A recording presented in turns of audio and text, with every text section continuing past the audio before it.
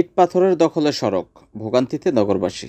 নগরীর বঙ্গবন্ধু সড়কের পাশে গভীর ড্রেন নির্মাণের কাজ শুরু হয়েছে অনেক আগে থেকেই। এর মধ্যে ফুটপাতে পুরাতন ড্রেন কেটে গভীর গর্ত করে করা হচ্ছে নতুন ড্রেনের সংস্কার কাজ।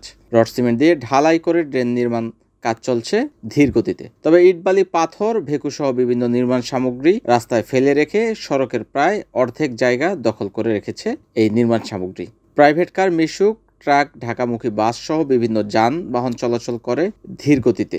আর অল্প জায়গা থাকাতে এসব গাড়িও দীর্ঘ যানজটের কবলে পড়ে। চাপ বাড়তেই থাকে আর সৃষ্টি হয় যানজটের। এর উপর পুরাতন ড্রেন পানির প্রবাহ বন্ধ থাকায় নোংরা পানিও সড়কে চলে এসেছে।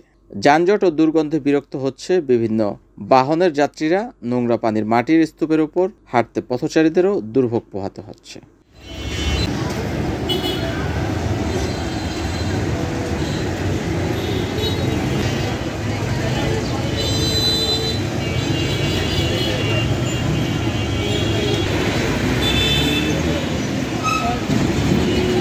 NNTV, Naranjara।